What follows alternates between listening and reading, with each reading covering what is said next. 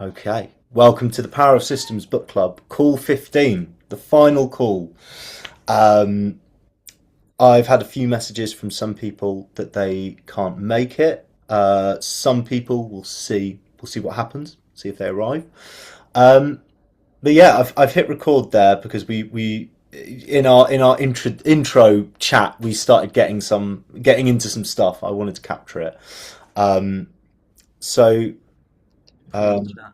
Yeah, pre-chat. So yeah, Philip, you mentioned like laying a foundation of things operating well Mm. with systems, and I heard in that like this priority number one, workability, and then you I asked said, what do you mean exactly by workability? mm, mm, mm.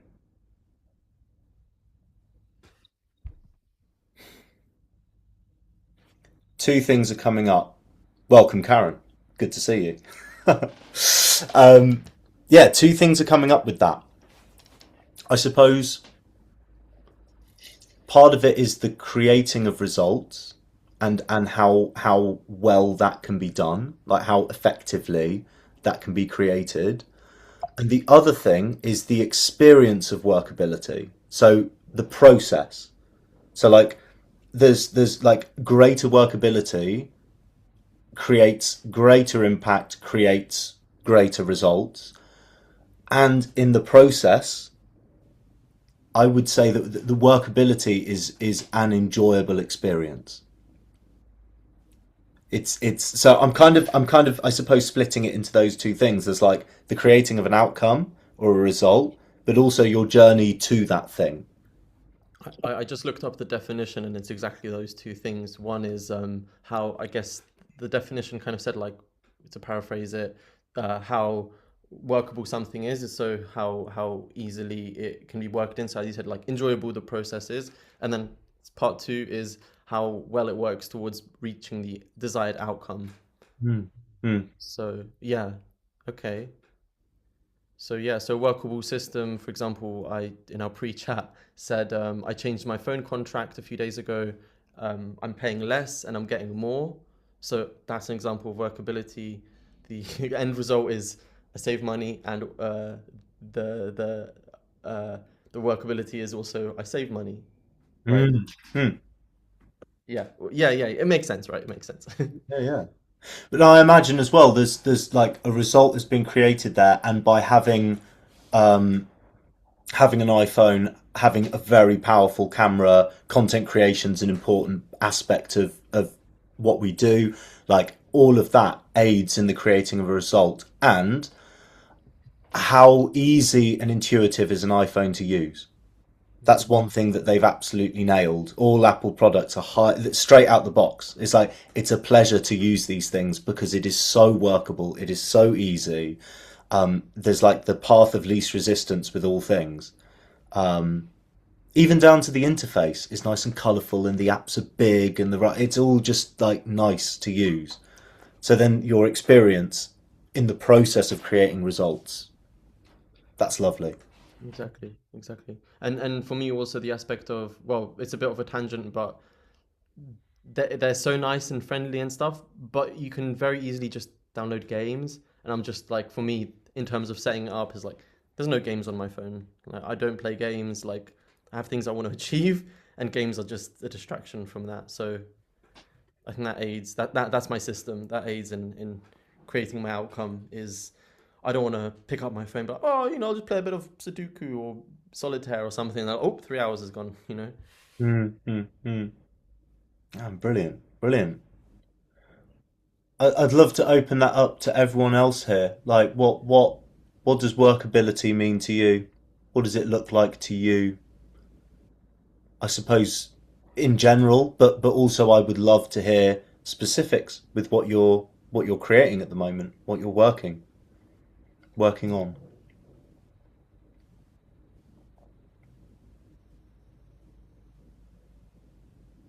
Tracy.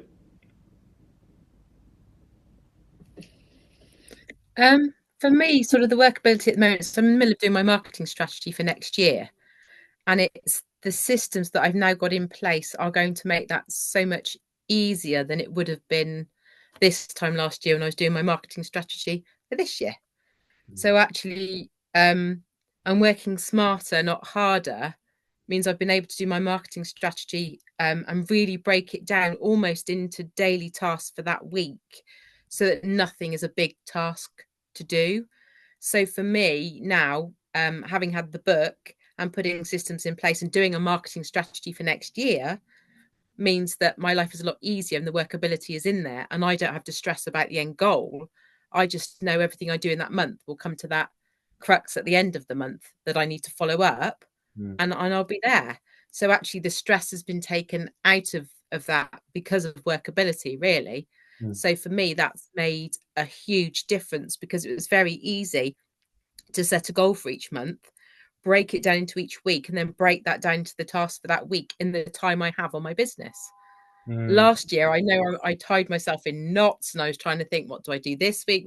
And it didn't just flow. I didn't have that workability flow that comes through. So this year, I'm going to have that, which is going to make I won't have that option of sitting down at my desk and going, what am I doing today? It will already be there for me. And to me, that's working very much smarter, not harder, because of that marketing strategy I've now got in place that I didn't have last year. So that's a huge one for me. And I'm just looking forward to starting to work next year because I can see it being a lot easier.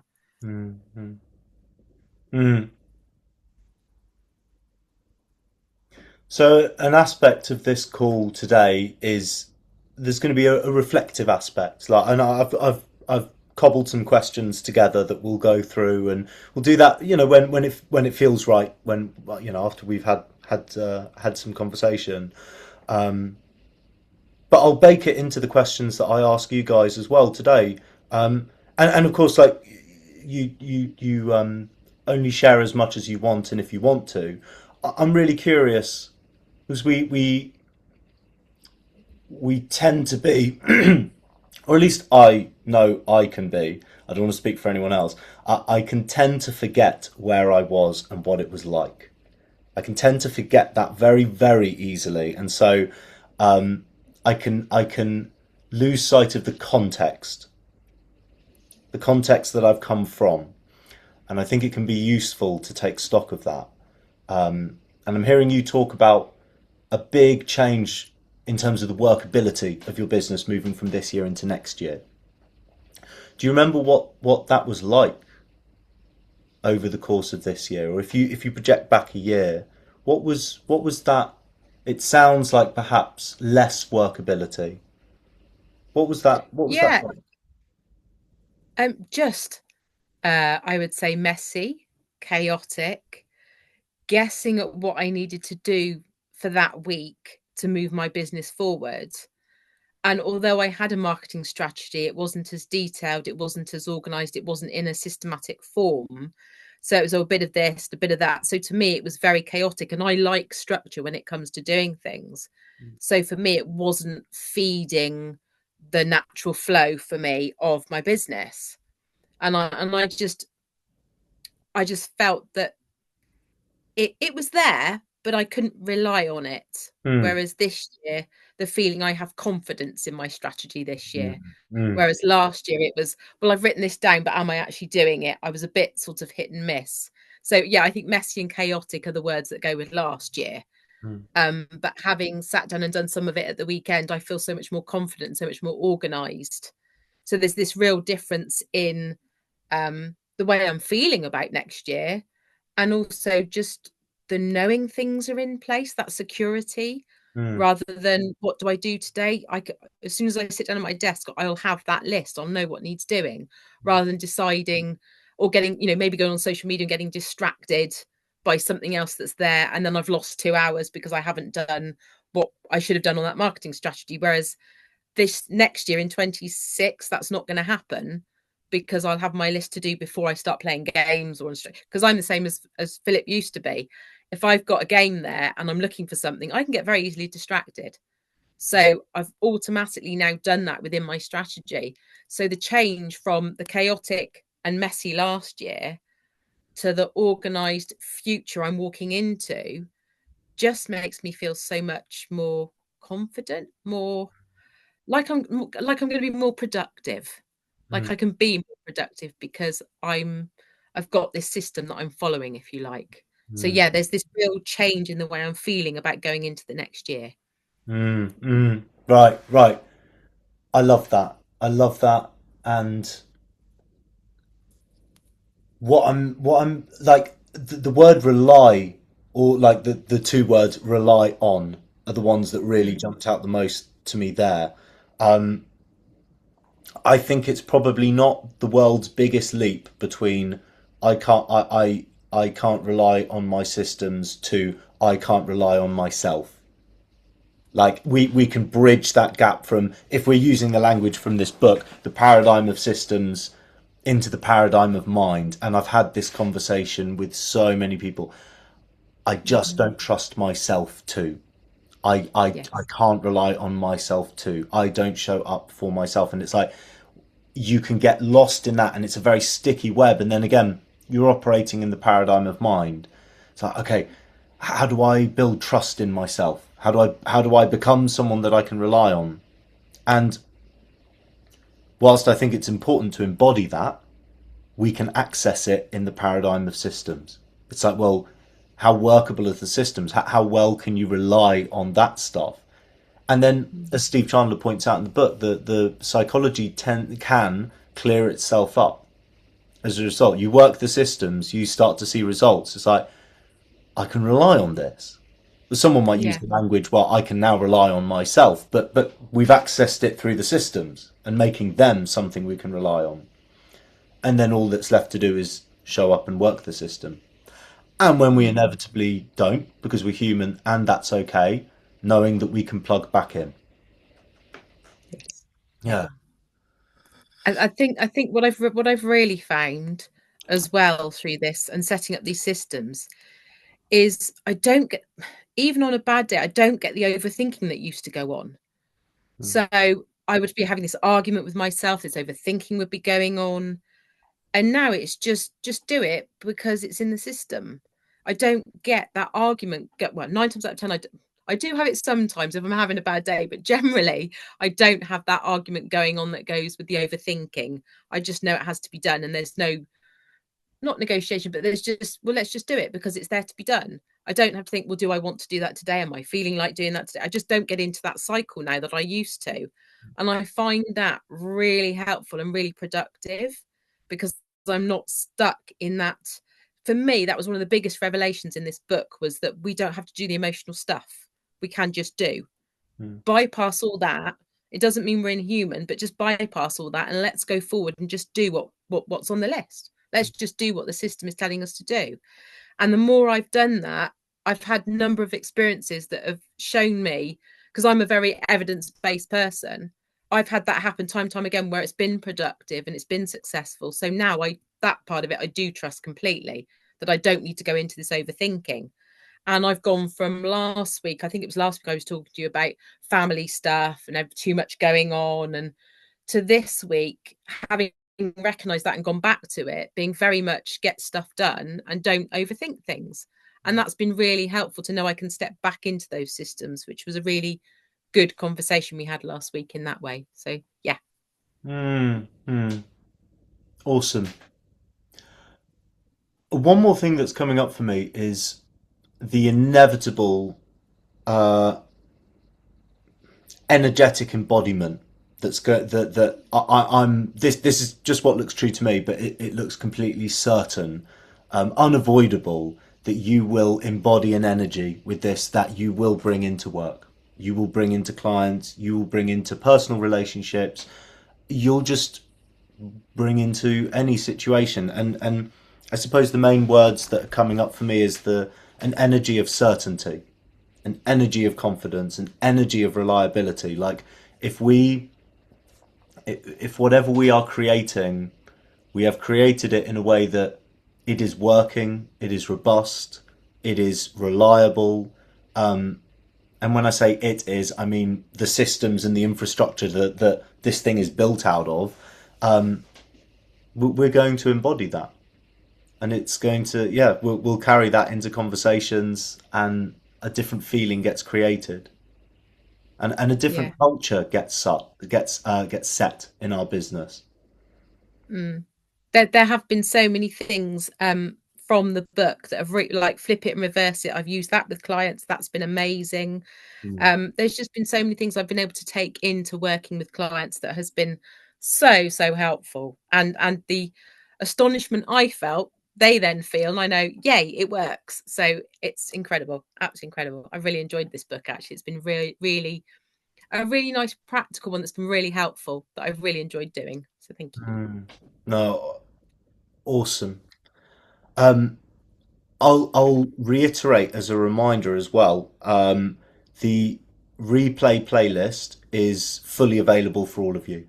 You know that's if you're in a conversation with someone and there was one particular week from the book club that you remember a conversation happening and you think that would be useful for them, by all means share that video or the whole link. That's those are resources for all of you to use. So yeah, I love that you're using this and not just using it for yourself, but you're also passing that on to other people as well, and that web gets spread, and it's awesome. Thank you. Is there any more for now? No, this I've probably got loads more to say, but I think I've taken up enough of everybody's time for a minute. I'm sure I'll chip in again later. Awesome. Awesome. Karen. Sorry about missing the beginning and then had to restart my computer because it started not playing sound. Great. Anyway, so I don't really know what I'm meant to be sharing, but I'm going to share what I feel like. Even better. Use the canvas. So I have been thinking about how the book has impacted me, and I've just written a few notes down, so I'm just going to read them so that I don't witter on.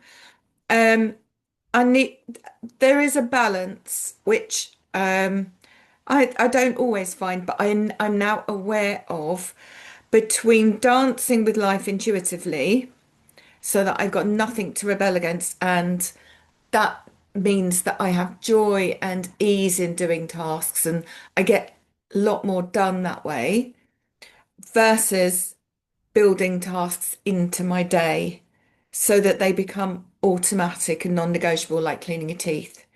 And then obviously, like you said, the psychology clears itself up. So I think there is a bit of both of that that I need to bear in mind. And they look like they're opposite. Um, and I think it is an and rather than a either or. So that's what I'm going to be exploring further because I've been playing a bit with it, and I've noticed that one thing that happens when I'm a little bit more flexible is I lose some of my bigger picture ideas. And so I've realized that I need to have them. I've got a master to-do list, and then I've got my daily to-do list and all of that. My master to-do list is out of sight, and I realized that with my object permanence challenges, I need to stick them on the bloody fridge. Stick them on the fridge where I can always see them. And so I've done that, and that's really useful. Um, I've stupid little thing like that, isn't it? Just made a huge difference.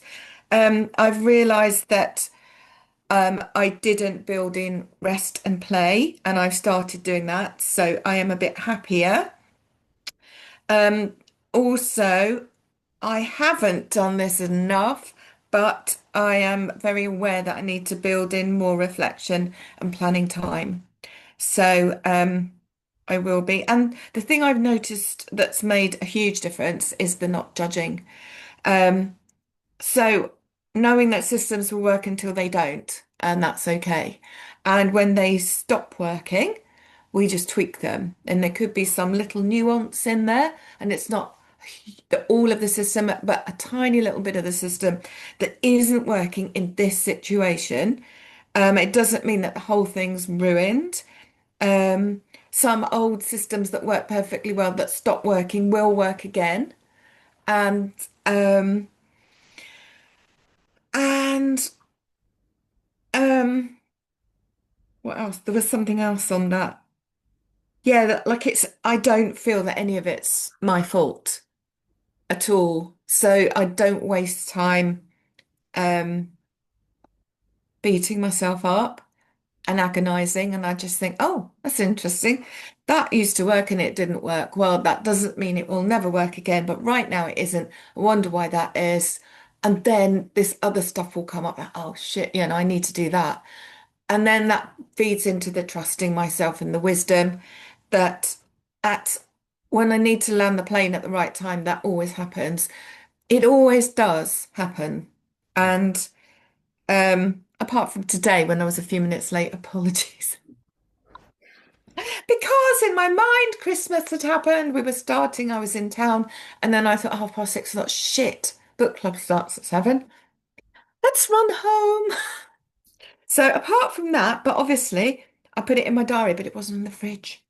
Um, so there is a little, yeah, again, it's the planning, but not being so overly planned that I just get really pissed off and chuck the whole thing away and trusting myself and not beating myself up. I just really like the fact that, oh, that's interesting.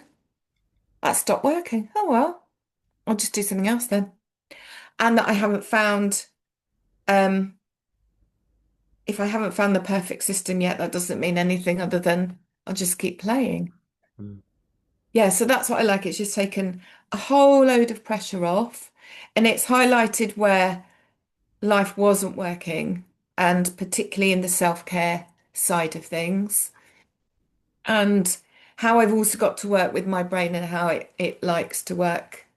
And so it's been really, really useful. And I've found listening to other people and their struggles that have been very much like mine really helpful because sometimes you feel like you're just the only nutter in the room. We're all nutters in the room, aren't we? Bless us all. But it's lovely, isn't it? You don't often get an opportunity to see insides of the workings of people's minds and lives like we have done. So I've really, really enjoyed that. I got a lot from other people. Mm. That's all I have to say, I think. On that last point, the not only is it rare that we get to have that insight, we also have the perfect system called Instagram to make sure that we can always see the absolute best possible curated show reel of the Yeah. best moments of people's lives with absolutely no insight into their inner life at all. It's just a photo. So yeah, not only is it rare that we go into those spaces and we can have that journey with people, there seems to be greater access and more people using something that looks quite like the opposite to me, Hmm. like the opposite of insight. It's just very curated. Here's how busy I am. Here's how great my life is. Fantastic. But with no insight other than a picture. But from that alone, our minds go crazy. And often it's turned around back onto that's not my life. So yeah, these kinds of spaces are amazing for exactly that. It's real. It's real, and it tends to be people bringing the stuff that isn't working. Like that's ultimately how you get the most out of these kinds of programs and clubs and conversations. It's like it's fantastic. I always want to hear the wins. I want the updates, but the work's going to happen in the bit that's like, what's not working? Let's share about that. And again, that's rare. A room full of people talking about what isn't going well, what isn't working, what they are struggling with. And it's also endlessly fascinating to me that you scratch beneath the surface and like the details and what it looks like, that's always different. But so many of these things are fundamental, like human experiences. Yeah, like I always think like the not good enough thing. Hmm. Yeah. 100% of the people that I have ever known and will ever know have that thing. Like it's you scratch beneath and it's like, well, wow, we're all we're all working with the same stuff here. Absolutely. And Tracy will know, unless you've hit the I'm not good enough bit, then you're skirting around the superficial. Like Yeah. we're all looking for that bit, aren't we, Tracy? Because it's there every time. And on that note of like of sharing and stuff and comparing people's reality with someone else's show reel, which is a thing that I can spot it, the bullshit a mile off. But then I'm looking for stuff like that, you know? Um, but the people that I feel more drawn to, and as a therapist or as a coach, who I want to work with are the people who are strong enough to be honest. And I would say that also as a musician, as a creative person or as an author or anything like that, if you can just tap into everybody's unique struggles and speak to them, they're going to vibe with you more than they're going to vibe with,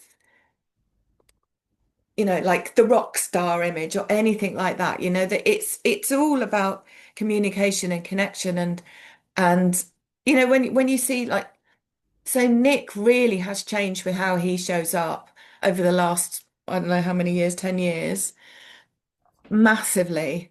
And the more Nick shows up how he is, and you will, you're really good at that as well, um, makes me more want to work with somebody who knows what it is like to struggle and that it isn't an I'll be happy when, because the when never comes.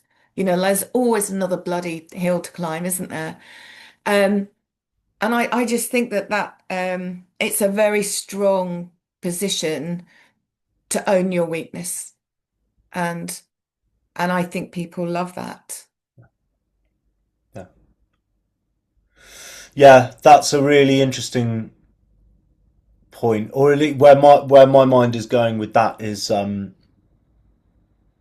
find the coaching industry absolutely fascinating as a space where it's at in its development, in its growth. It's in a really interesting place, and there are incredible practitioners, and there are absolute con artists that I've got no time for. Mm. Next year for me with this thing is fully playing my own game with it. I can't really fully describe what I do. I can put some words to it. Um, I will always rate and side with the coaches who show up honestly, because that's ultimately what we're about. It's a deeply human thing.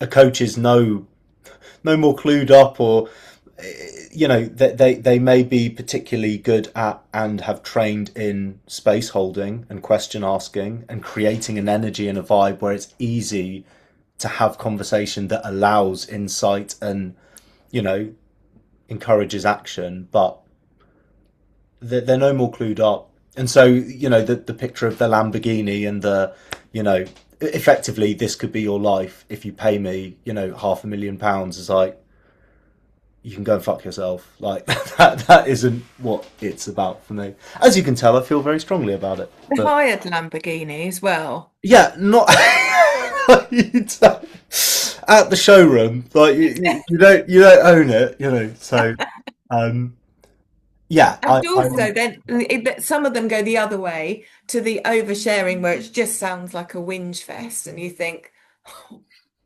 like, I don't want to, like, oh my gosh, no, no, I think I need to work with you, not you work with me. Do you know what I mean? That it is the energetic. There is a positive energy towards it underneath, isn't there, rather than just what you say. Mm, mm. Mm. 100%. And you can. I think the thing that you're noticing there is the like when it becomes the whinge fest. It's the energy of ownership. Mm. It's the openness of like, oh, I messed up there, or whatever it is that you're taking ownership of. That's the energy. Yeah. Mm, yeah. There was something else I was going to share before that. Um, Instagram, the coaches bit. Um, yeah, the big picture, like the big picture, small picture kind of thing, of like, I think what was it you said? when I'm living intuitively and in the moment, I sometimes lose sight of the bigger picture. It was something to that extent. And you were talking about planning, but then like the over planning and getting bogged down in the details. I'll share a conversation that I had with a friend yesterday that is coming up for me when it came up for me when you mentioned these things. I think it would be useful. She's a guitarist, and this year, it's looked like quite a big breakout year. You can never predict where these things go. We were basically having the conversation of how does your year look next year, blank canvas, as it usually is, and how exciting, but also the nature of that thing of like, where's the rent money going to come from? But we were talking about the almost taking a devil's advocate approach to goal specificity. Like, how specific do you make goals, and how helpful is that? How blinkered can you become, or how bogged down in exactly what it needs to look like or how it should play out, versus this very expansive 360-degree view of life? Kind of this like great deal of awareness of like, it could come from anywhere. And we were applying this to music and a career in music, but it occurs to me that this could be applied anywhere. How detrimental the blinkers can be, or over planning, or trying to work out exactly what it's going to look like, when often so many things come blindside us. And if we're so blinkered, rather than that 360-degree view, we're going to miss it. And so the kind of where we left the conversation yesterday was really great to have a direction. Like, directionlessness in life, that can be tough. That can be experienced as tough. That feeling of loss, or being lost. Like, I'm sure that we've all had those occasions. Not always the nicest. So having a direction, great. And then the question over like, how specific do you make the goals, or how specific is the vision, versus I have a good direction and I'm moving towards it with a very 360-degree kind of awareness of my life. And I do mean life. Like, we were talking about how bogged down how easily you can get sucked into music 24/7, and then you have nothing else. But so many of the things that you want are elsewhere. They can come from any area of your life. And it really reminded me about where this book went in terms of plugging into the system. Because later on, it sort of became a bit, well, what are you calling the system here? It's almost like you're picturing planet Earth as this great big system. It's like, yeah, you can go and plug into that, and don't lose sight of it via the blinkers. I hope I'm making some sense. It's all very fresh from yesterday, but Yeah, totally. It's like knowing that you've got a destination, but not fixing your mind on what, or being open to the fact that that might change. It might be further away, better, or nearer than you thought, and that also that you don't necessarily know the road that you're going to take. There might be a detour along the way, and that's all good, and you might find you're in a different place that you could never have imagined, and it's even better.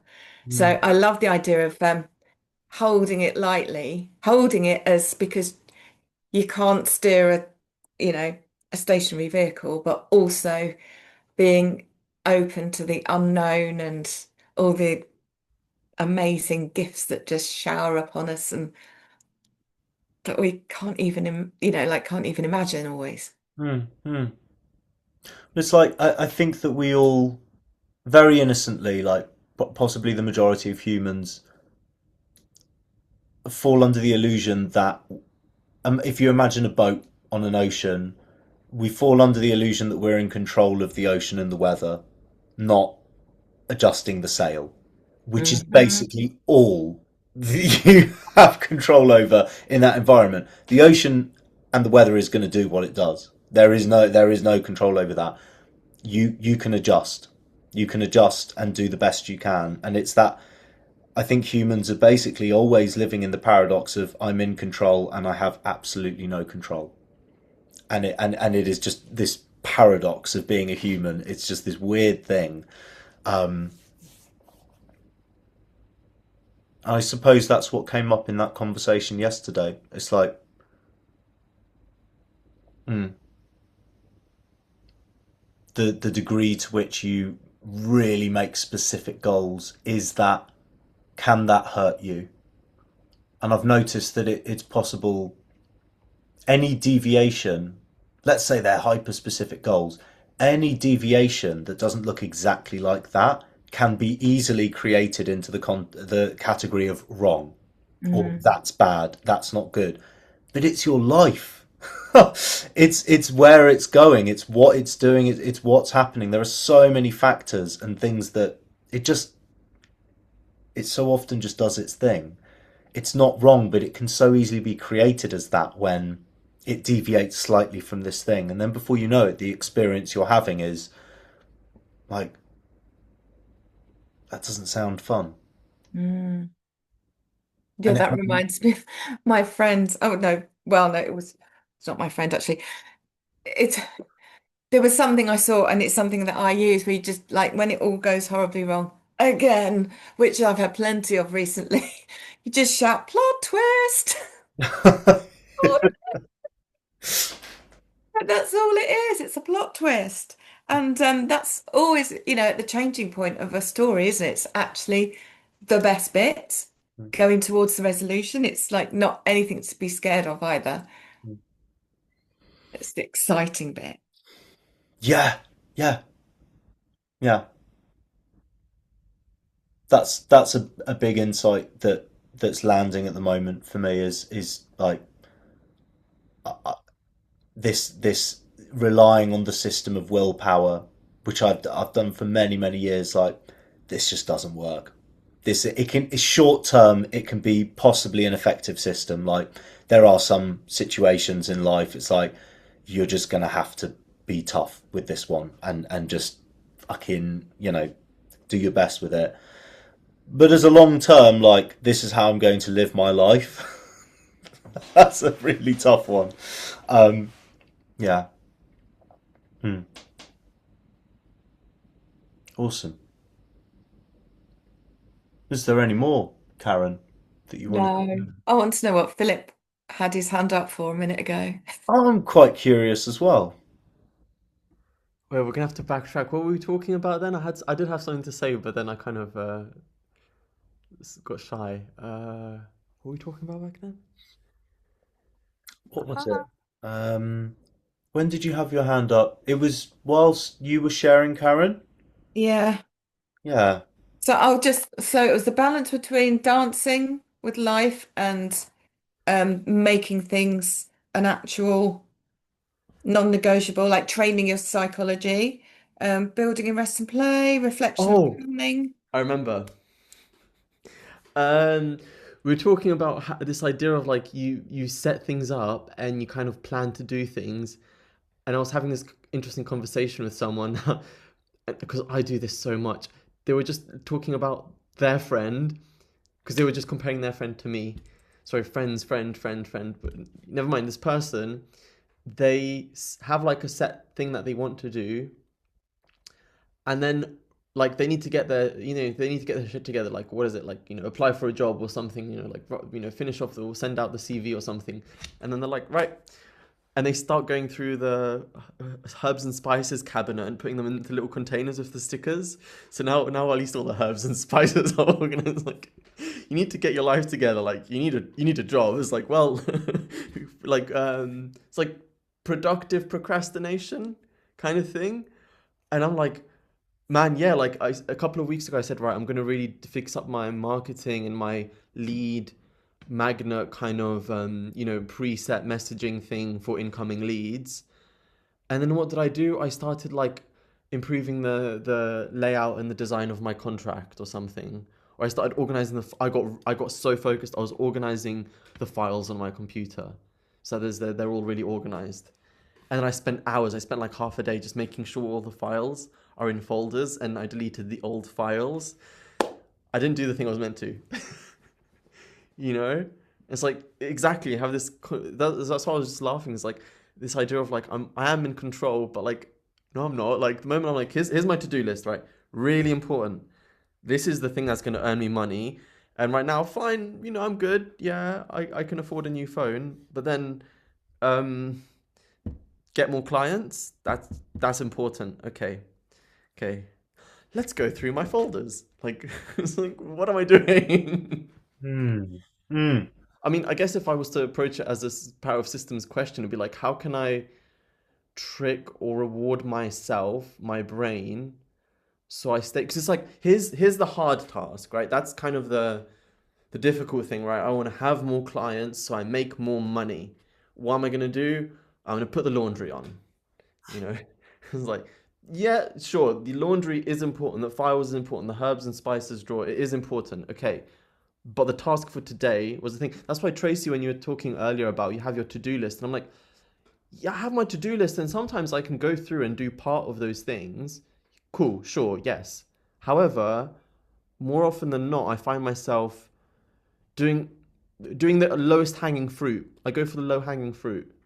And then there's the big hard like fruit, like climb to the top of the tree and pick that apple. And I'm like just gonna procrastinate on that. That's hard. Mm.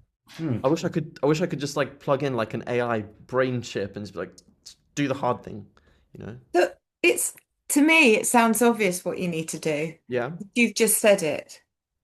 Can you not hear what you just said? Plug in an AI chip. No, not that bit. You said what your problem was. Yes.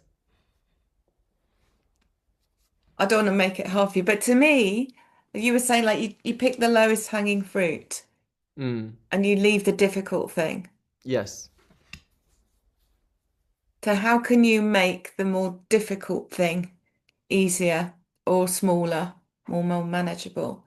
First thing that comes to my mind is if I'm creating to-do lists, maybe just put that one thing on the list. Don't put any of the other laundry and herbs drawer. No, just don't put that on the list because then I'm obviously going to go for that. Just have a one item to-do list or something. Is that what you're thinking? Could be, or it could be that break the big stuff down into little bits that aren't too overwhelming. Yeah, I hear that. Because then once you've started one little thing, the next thing just tends to become a bit easier. And then you can over deliver. Yeah, yeah, yeah. It's like climb Mount Everest. Right, climb Mount Everest. It's like put on the shoes, Mm. put on the jacket, right? Reach base camp. Okay, that kind of thing. Yeah, I mean that yeah, I've done that before, and I found that is effective. Yeah, I think Mm. maybe the amount of time I spend creating the not maybe the to-do list, but just kind of thinking through what is it that I'm trying to do. Break it down. So for example, want more clients, make more money. Break it down into complete the initial message. Maybe have a few follow-up messages. Um, and then use it. Or yeah, I agree. Whatever it is, yeah, I agree with that, Karen. Thank you. Yeah. What came up for me there was piggybacking. So like, well, a couple of things came up to me. One of them's like, what makes sense in the moment, and like the value in um, intuitive wisdom over like what really makes sense to do right now, even if it isn't the thing that was planned. Like it's still part of the system. It's still part of a whole. It's still part of moving some needle forward. If there is something that intuitively in that moment makes sense to do, and it's a lower hanging fruit, it's like, okay, I'm going to get into it. That can be a really nice segue into, and at the end, I'll do 10 minutes of that thing. Like break down that bigger thing into the smaller bits. And then at the end of, I really want to do this thing. Okay, I'm doing it. Now I'm in action. I'm in flow. I'm doing the thing. 10 minutes at the end, I'm just going to blitz through that quickly. We talked it was it was towards the beginning of the book club, but like, how easy is the system to plug into, and making that first step in as easy as possible. Like, climb Mount Everest, put the boots on. Before the boots, put the socks on. Do you know what I mean? Hmm. That kind of thing. Mm. I mean, that was one of the systems I started the book club with, was thinking one of the things I could do is to create like a reward system. So I thought about having a jar and having like pound coins or like tenors or some bills. And then I wanted to get the new AirPods, right? So I was like, right, once I think it's 200 quid or something. So once that jar fills up, it reaches 200 quid, then I'm gonna get myself the AirPods. But I only reward myself the thing every time. But I didn't implement that system. I think I might have overcomplicated it or something, but something along those lines. Well, but maybe there's a clue in that word overcomplicated. Like, if the thing, get more clients, big, or the bigger stuff, if there's a sense around them perhaps that they're big, or there's some level of complexity. Again, back to, what Karen was saying, it's like, simple's good. Mm, yeah. Tracy, did you want to speak to this? Yeah, I was just going to say something that really helped me, Philip, was to go with your cycle of day, because like 3 o'clock in the afternoon, I am so tired and so sleepy that to try and tackle something that's a goal I'm trying to achieve, or to-do list, is just not going to happen. So for me, I tend to work better like 10 o'clock in the morning. So if there's something sort of more priority task on my to-do list, I will tackle that one first, because that's my good time of the day. But it might be that 6 o'clock in the evening is a better time for you. You'll feel more energized. So tackle those more what I call priority ones then, because you'll just be more focused and more um you'll just be more productive at that point. There's no point trying to do it in a sleepy part of your day. So for me, I found the difference in switching my priority tasks to first thing in the morning for me at 10 o'clock, which isn't first thing in the morning, but for me, it's first thing in the morning. And then, the mundane stuff to do a bit later in the day. So it's not so drastic. They're not so prioritized, but it's working with your body and your energy and your cycle sometimes can really help, because you can feel you can tackle things better. And then like breaking it down into the small systems means that you just get so much more done when you're energized, rather than having a slower part of the day. That's really helped me. That's just something that worked for me. For sure, yeah.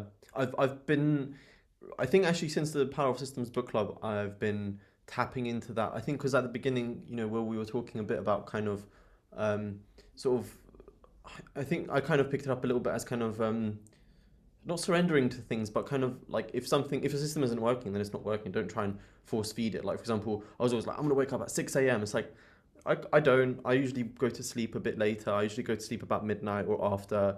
I usually wake up about 9 or 10. My energy peaks around 3 to 5 p.m. That's when I feel like my brain is most switched on. Mm. Morning times I can get things done. I can tidy, laundry, go out, get something from the shops or something. But I'm not in a creative flow. It's usually in the afternoon that my brain is more, you know, turned on. So yeah, I mean, I think I've been intuitively turning that on. Usually I'll have a coffee, and then once the coffee's in my system, then that's like 2 3 hours of focus. Then so yeah. Awesome. I love this. I love this. And I want to leave some time to do some reflection questions. So I think it'd be a good time to jump into that. I'd also love to hear what came up for you after them, so we'll leave time for that as well. Um, awesome. Has everyone got paper and pen? Lovely. Okay, we'll move through these. We'll spend 2 or 3 minutes on each one, and then we'll share at the end. Um, so, question number one: what possibilities do I now notice that I didn't before the book club?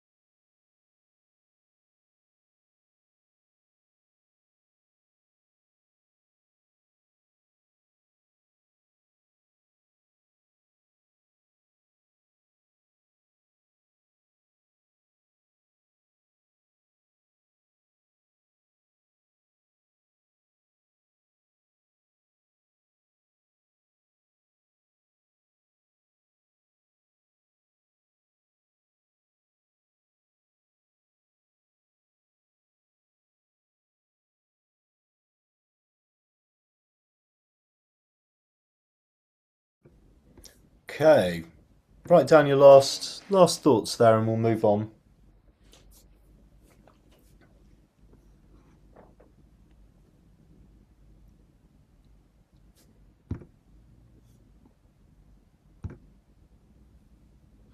So question number 2. What are some of the biggest insights you have had in this book club?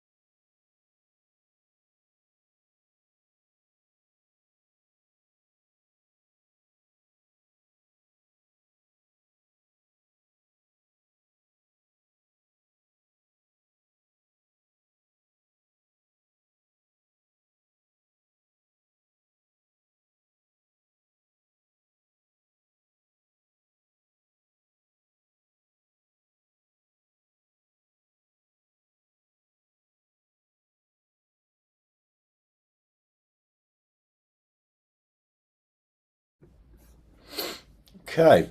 Question number 3. What are some of the tangible results or outcomes you've created over the last 15 weeks?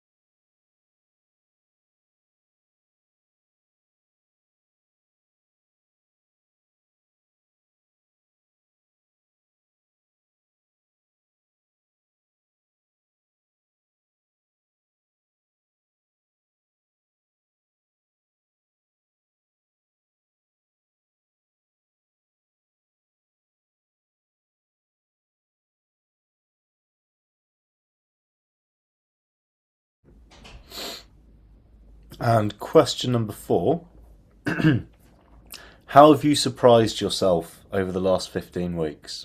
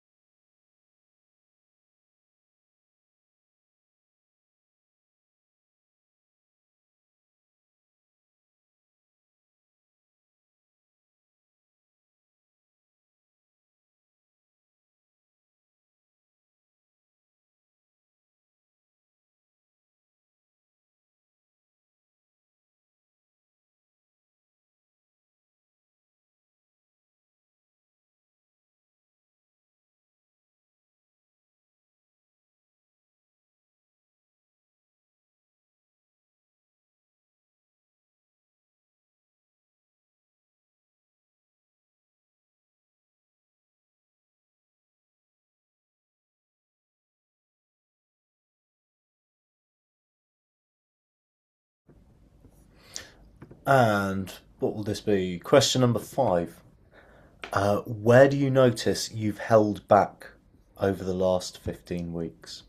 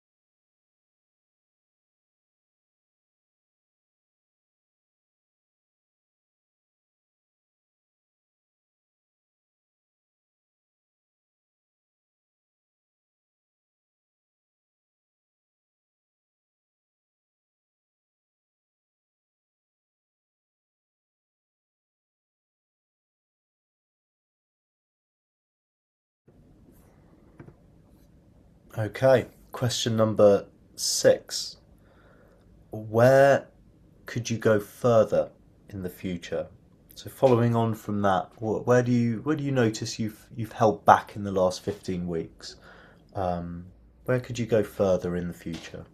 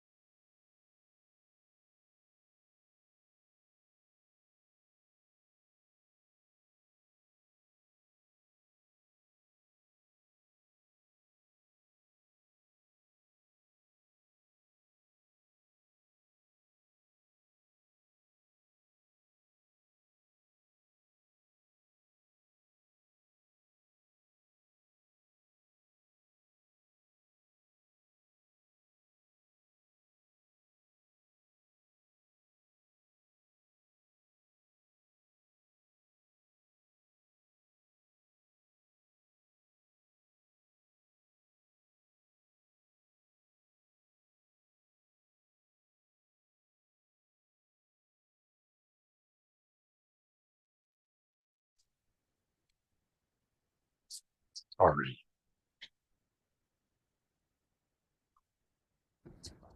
I was muted. Great to see you, man. Thank you for joining. Um, we're just going through some questions, some reflection questions. If you've got pen and paper, I can send over the questions we've already covered. Um, yeah.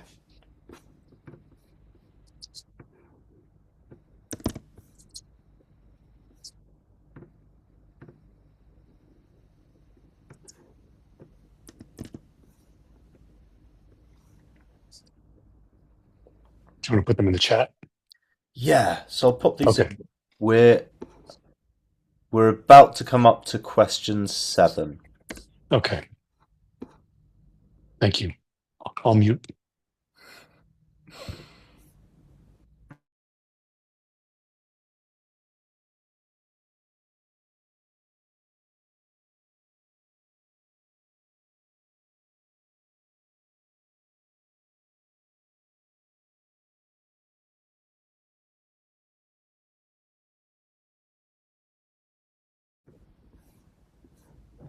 Okay, question number 7. I can flip this around as well. So the question is, what do you know? What do you now know to be true about you? But given that a lot of this book club was about depersonalization, I guess what do you now know to not be true about you is equally a fun question to explore.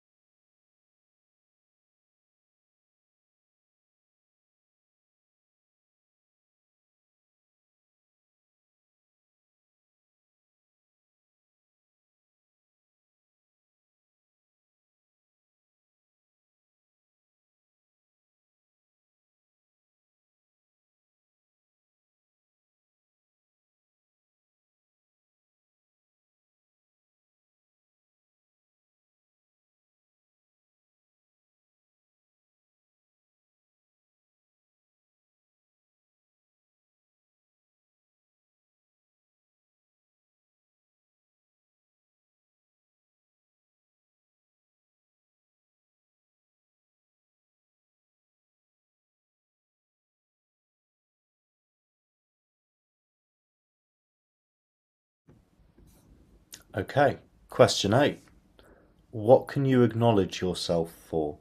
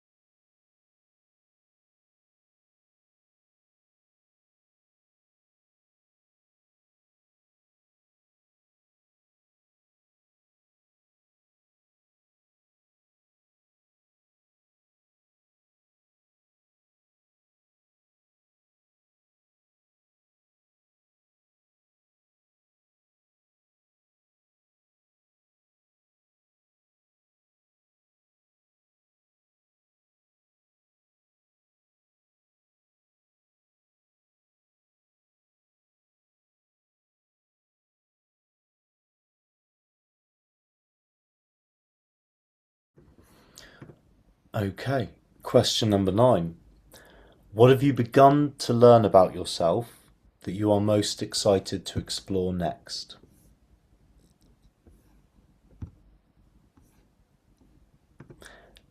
And you could also substitute yourself for what have you begun to learn about systems that you are most excited to explore next?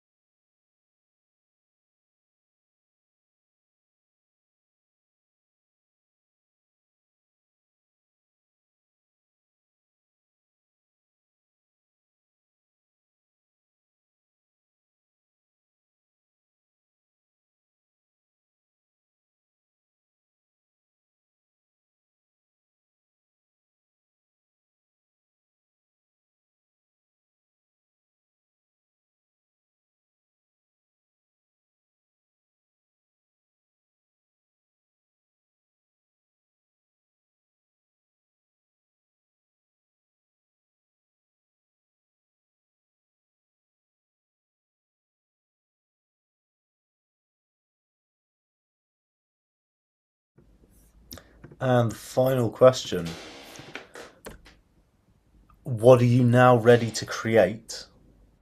What is next?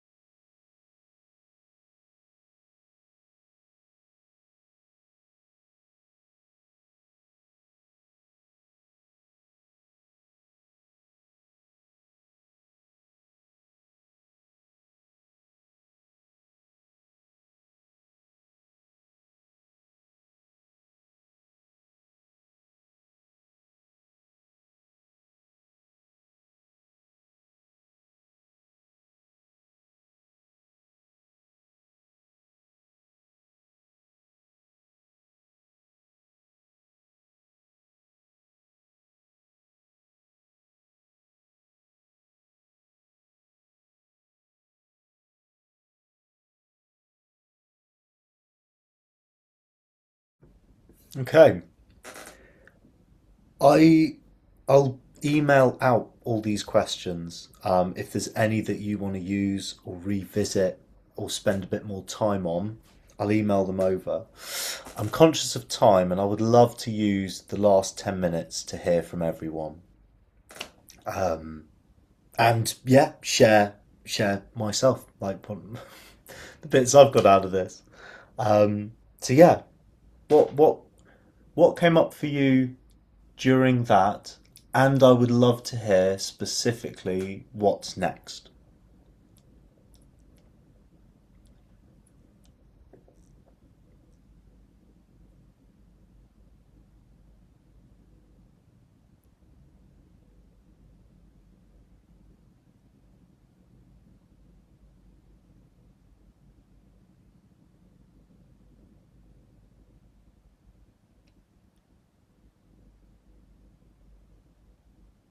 Would anyone like to go first? Can you repeat the question, please, Will? Yeah. What came up for you during that reflection, and specifically, what was your answer for what's next?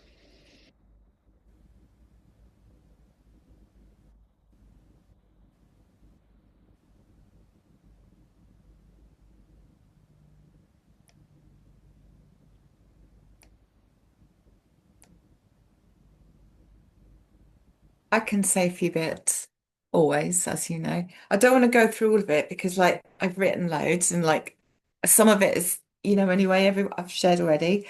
What I One thing that really jumped out is that I am not that my future isn't doesn't have to be a continuation of my past. I don't it I did explain it in here, so I don't know where I've written it, but um yeah, I'm not as limited as my past would suggest because I can change everything. And the value of the small changes leading to the big changes, and the fact that um, I'm now working with my very fast mind rather than cursing it, um, and seeing it as a real positive. Mm, working with the system, not against it. Yeah, yeah. Brilliant. And with that in mind, what is next? What would you like to do next after this book club? Um, well, there's a few like practical things that are very boring for anyone else, but it's to focus on maintaining a balanced life of work and fun. Mm, Um, and I know they say like work should be, fun and everything, but there are some things that you just have to do in life that aren't necessarily fun. And that is fine because there are some fun things as well. And it's okay to rest and it's okay to just have some fun for the sake of it. And um and also I need to look a little bit further into the future. And rather than, where I was playing back, holding back, it's of not getting too busy.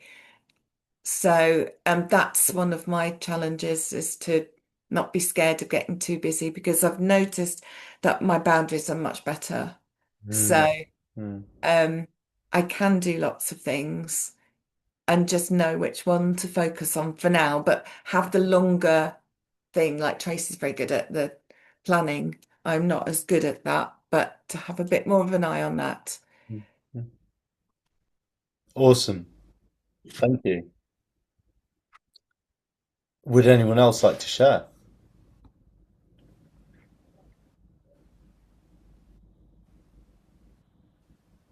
Tracy. I think for me, it's been about freedom. Um, Freedom from the emotional thoughts, freedom to trust in a system rather than trying to rely on my memory. Um, just that freedom of knowing that a perspective I have might not actually be the case. All of those have really impacted on me to open the whole thing up so I don't get this emotional cycle that comes in. There's so many other factors now into it that my brain is free to go, hang on, let's think about this, rather than going into panic mode straight away of, oh my goodness, you haven't done this, you know, the sort of thing. I mean, the fast thinking. That to me has been a real revelation with flip it and reverse it. What did I write here? Written it somewhere. Yeah. I don't have to do the emotional reasoning. I can just do flip it and reverse it, take the action, practice. And the frog's eyes on perceptions are the things that have really made me look at things differently and manage things differently. And I think that's been, yeah, I feel free from that because I feel I have more choice to choose how I react to things, how I see things, how I respond to things, just from implementing those basic principles, let alone going into the system, just having those things around in my brain that go, hang on a minute, that just has made life so much easier for me. So that's been a really good impact for me. But I think I'm now ready to create the practice I want, because there was a lot of that overthinking going on before. There was a lot of that, should I, shouldn't I, why aren't people responding to me? And that's really helped me get down to the clear, send out conversations, have conversations. If it works, it works. If it doesn't, it doesn't. There's none of this emotional, got to get clients, I must do this, and must do all that. It's freed me up, which is amazing. And I think the next thing is, I know these systems are reliable and fruitful. So for instance, do the worksheet that says how you work out how many clients you need a week. So I know what I'm looking at. Do the systems that are already there for you to work out what you need, rather than fretting about it and doing the emotional thing. So for me, creating a full practice with what I know systems works, so that I can rely on them and not do the overthinking, put it that way. So that's really, I'm going to go headlong into trying to get my client creation now. Now I feel I'm not going to overthink and I'm not going to go down those rabbit holes. I think that's going to be really helpful. Be a lot clearer for me. Wicked. Thank you. Chris?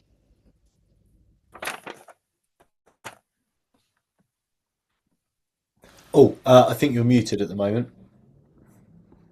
Always, man. When will I learn? When will I learn? Really glad to see you all. Apologize for my tardiness. In terms of I love this. I love that we were talking here about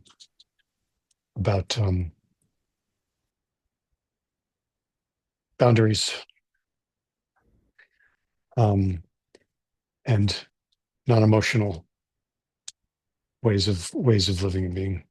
On that note, I find a thing that's happening a lot lately is things are put in front of me on the desk, or someone else leaves their luggage here, or I'll get a call or an email or have an interaction, and people can just hand me their stuff. And what I've realized is that I don't have to touch it.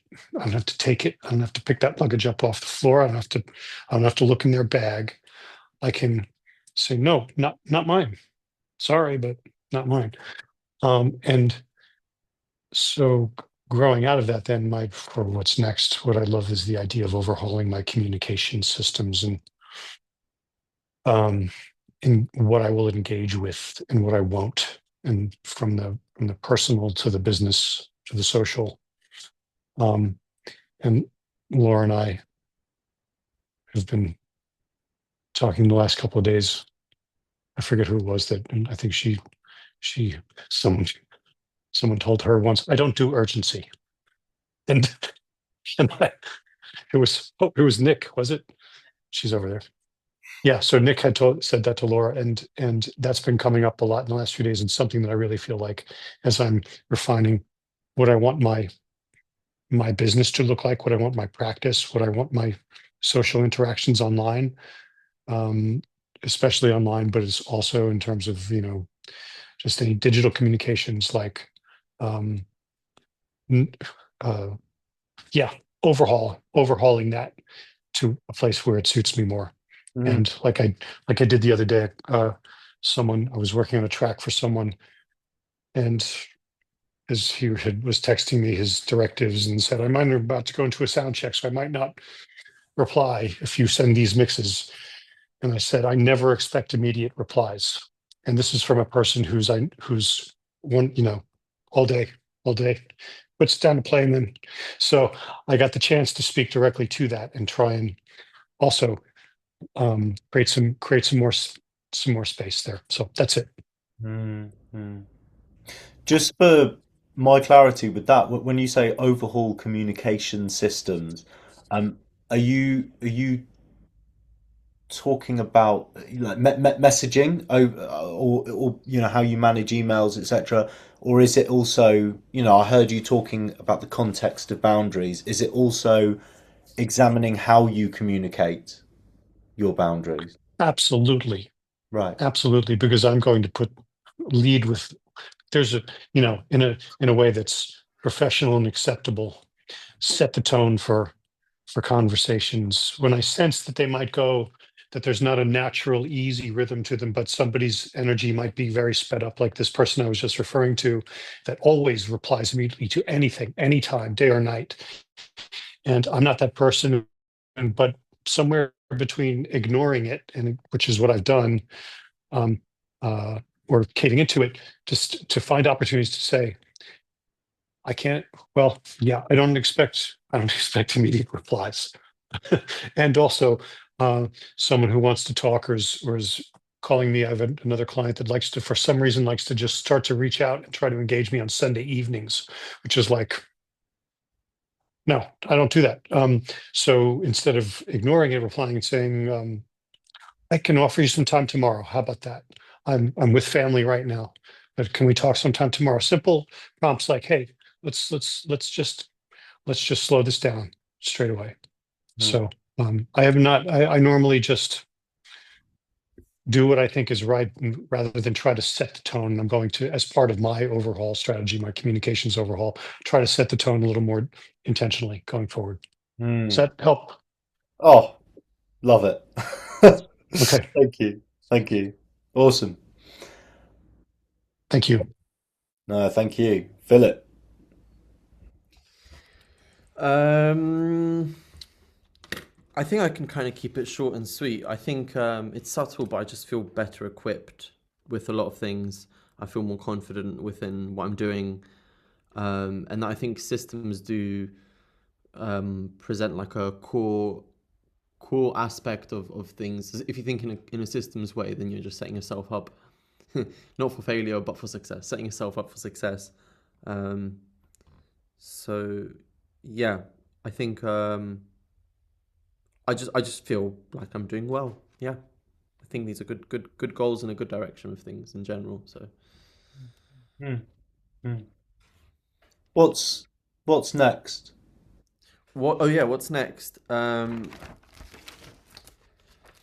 So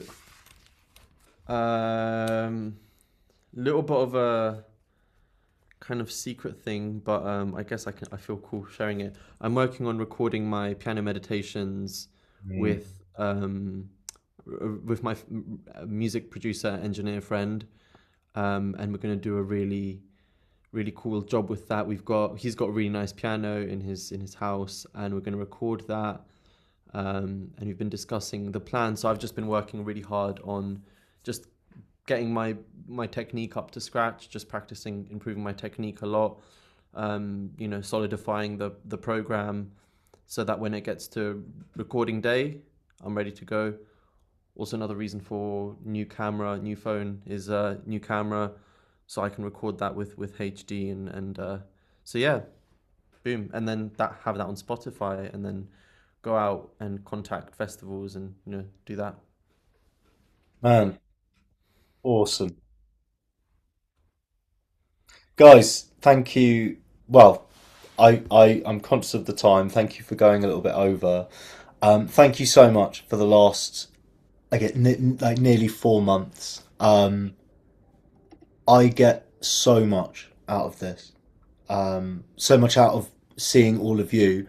This for me is often a system of stepping into having several mirrors held up at me because I like as much as I may be facilitating a group and asking questions and prodding all of you in certain aspects of your lives, I get that back in spades, watching everything that you're doing and what you're going about and things that you'll say. It may be one sentence that I'll play with for the rest of the week. So thank you, like for my own work and my own growth, like not just in practicing facilitation, but like outside of work, like me, loads. So thank you. I think, yeah, well, to cap it off, I didn't follow the questions directly, but I think the big stuff, it's the built-in system of wisdom, and like you know what to do. And this was the latest big mirror that was held up to me. Thank you, Karen. There's something in following the nudges and the intuition, and every time I plug into it, I just enjoy living more. I enjoy life. I feel more involved in it and plugged into it. And whenever I plan and the tighter I squeeze or the more I try to control, the more uncomfortable, the more angry I feel, the more like there's some form of reaction, some form of wisdom that's telling me this is too tight, this is too constrained, this is unnecessary. So that's what's next for me is some experimenting in this. We talked about it earlier today in the call, this 360-degree view of life as a way of being. It's like have a direction and low attachment to how specific the visions and the goals are, and remember that there's this 360-degree view of life that is available, and be open to surprise and anything coming from any direction. The film Yes Man springs to mind, without the weird bit. But yeah, that kind of, saying yes to life, or more of it. Yeah, less, no, can't do that, I'm busy doing this, for this very specific goal, which feels very exciting. So, yeah. Guys, love you all. Thank you very, very much. Have an incredible Christmas, New Year. We'll talk more in 2026. I'll see you all very soon. Take care. Bye. Thank you, Will. Thank you. Pleasure. Merry Christmas. Take care, guys.